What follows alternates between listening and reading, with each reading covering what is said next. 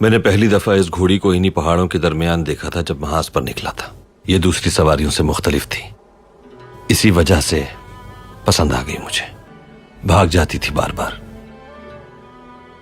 मगर कुछ अरसे के बाद मानूस हो गई मुझसे, एतमाद हो गया मुझ पर, प्यार करने लगी मुझसे, और मुझे भी आदत हो गई है अब इसके साथ रहने की।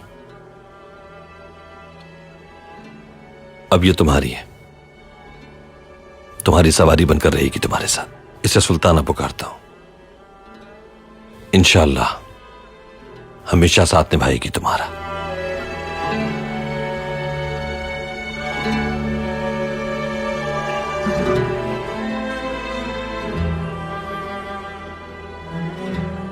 हमारा सफर बहुत कठिन है। मंजिल तो सामने है मगर रास्ता मुश्किल है।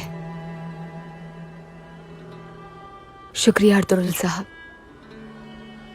सुल्ताना का बहुत ख्याल रखूंगी मैं। जब तक जिंदा हूं ये मेरे साथ ही रहेगी इंशाअल्लाह।